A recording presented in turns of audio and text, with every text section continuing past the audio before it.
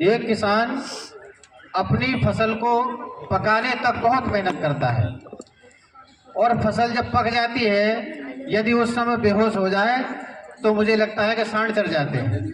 इसीलिए सफल किसान वही है जो पूरा मेहनत करके अपनी फसल को बनाए, पकाए और काट के घर में ले आए। तो सर आपका बहुत बहुत धन्यवाद, बहुत सुंदर बात कही आपने। इसी कड़ी में मैं कुछ नाम पुकार रहा हूँ। श्रद्धेय MP सत्यार्थी जी ग्वालियर से, डॉक्टर पुष्पेंद्र बहुजन जी ग्वालियर से, महेश गौतम जी, डॉक्टर महेश, भीमराज गौतम जी, हर्षस्वरूप जी ठेकेदार, प्रोफेसर कनक,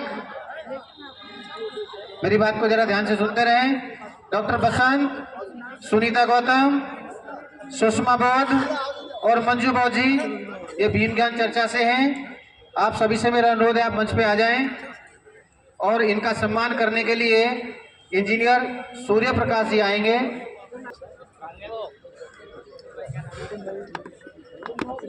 ITI कॉलेज से पूजा जी हैं।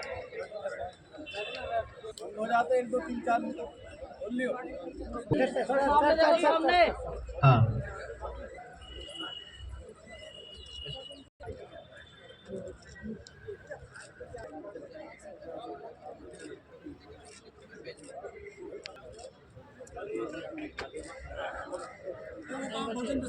जी आपसे मेरा अनुरोध है आप अपनी बात रखेंगे।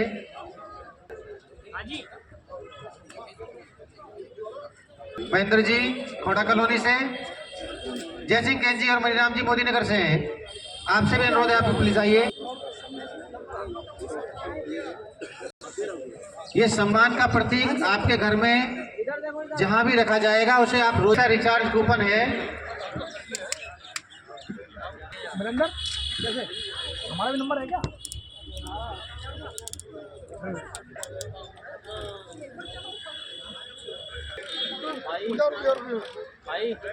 सभी साथियों को क्रांतिकारी नमो बुद्धाय जय भीम।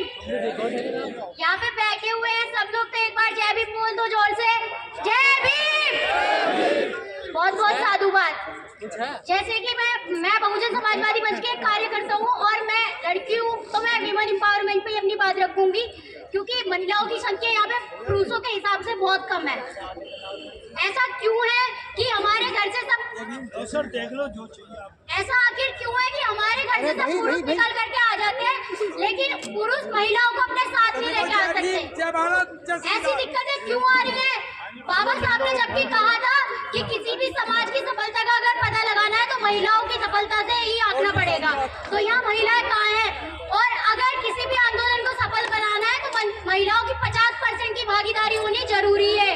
अगर महिलाएं नहीं आएंगी तो ये आंदोलन कभी सफल नहीं होंगे। जैसे कि अभी भी देख रहे हो कि महिलाओं का इतना अपमान हो रहा है। हमारी बहन है साक्षी मलिक, ओलंपियन है, गोल्ड मेडल चैंपियन है। जब मेडल लेकर के आई तो वो मंत्री जी के परिवार की बेटी थी, उसे वो सम्मान मिला, सब कुछ हुआ, लेकिन आज उन्हीं मंत्रियों ने सबने उसको मिलकर हरा दिया, उसे तोड़ दिया। आज वो बैठ गई है हार करके, निराश होकर के कहती है कि मैं अब कुश्ती नहीं करूंगी। ऐसा क्यों हो रहा है? हमारा समाज इतने धीरे चल रहा है कि उसे महिलाएं भागती हुई नजर आ रही है। ऐसा क्यों है?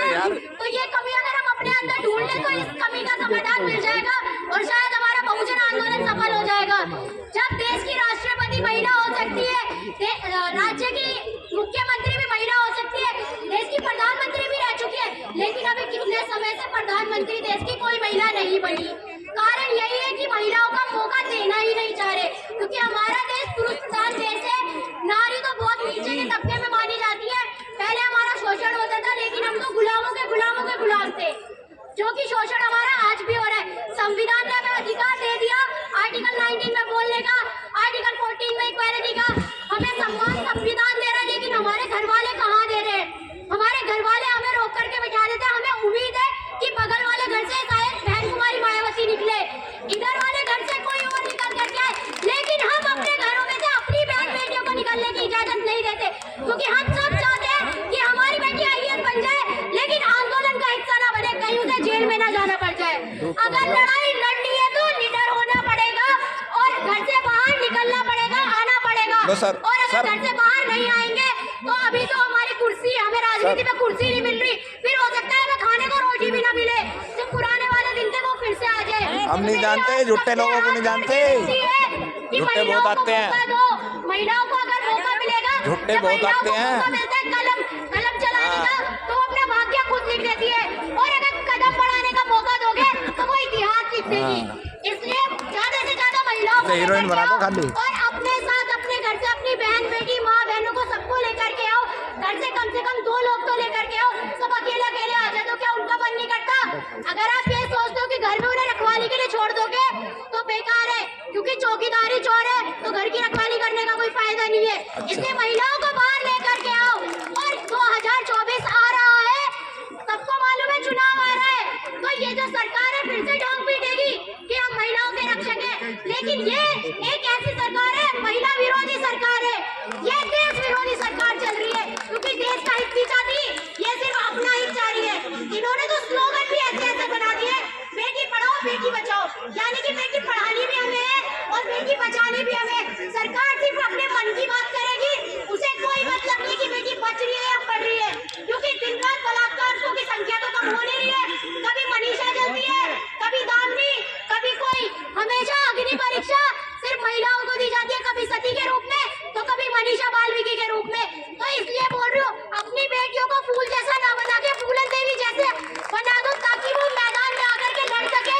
और ये जो सत्ता के लालच में देश का नाश कर रहे हैं, हमारे सोने की चिड़िया देश को बेचने की साजिशें रच रहे, इनके हाथ से ये कुर्सी ले सके और भारत को एक सोने की चिड़िया बना सके। और आखिर में एक बात और कहूंगी, क्योंकि हमारे समाज में जो युवा है वो बहुत गुमराह है, जो कि जाति का प्रमोट कर रहे हैं। हम यूट्यूब हुआ या कहीं पे हुआ, सब जाति का प्रमोट कर रहे हैं। अगर बाबा साहब को जाति का प्रमोशन करना ही होता तो वो जाति का विनाश लिखते क्यों? जाति का विनाश पुस्तक देखने के लिए नहीं लिखी गई है, पढ़ने के लिए लिखी गई है। और जो लोग जाति को प्रमोट कर रहे हैं उन्हें समझाओ और सब यूनिवर्सिटी से बाहर आओ, जमीनी स्तर की लड़ाई लड़ो, ताकि पता चले कि धरातल पे हो क्या रहा है। सभी को मेरा नमो बुद्धाय जय भीम। बहुत बहुत आभार आप सब लोगों ने इतना सुना। बहुत सुंदर बेटा।